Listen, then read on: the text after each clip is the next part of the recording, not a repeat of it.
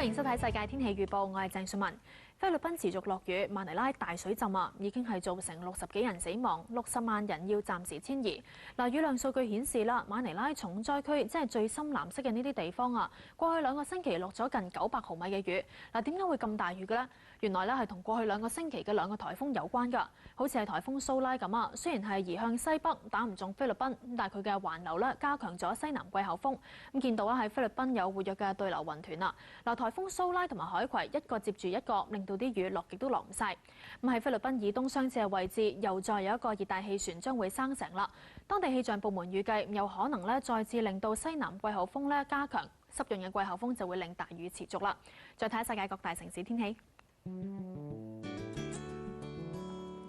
澳門同廣州有雷暴，廈門有驟雨，而台北有雷暴。上海係多雲，最高34度；而北京瀋陽天晴，首爾係有雨。大阪有雨，東京多雲。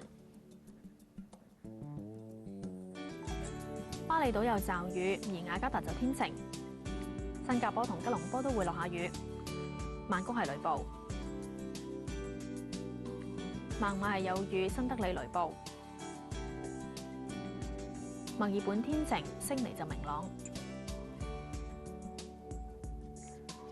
紐約天晴，芝加哥、多倫多都係多雲。美洲西岸嘅溫哥華、三藩市同埋洛杉磯都好天。睇埋歐洲，阿姆斯特丹係明朗，法蘭克福多雲，而巴黎天晴。天氣報告完啦，再見。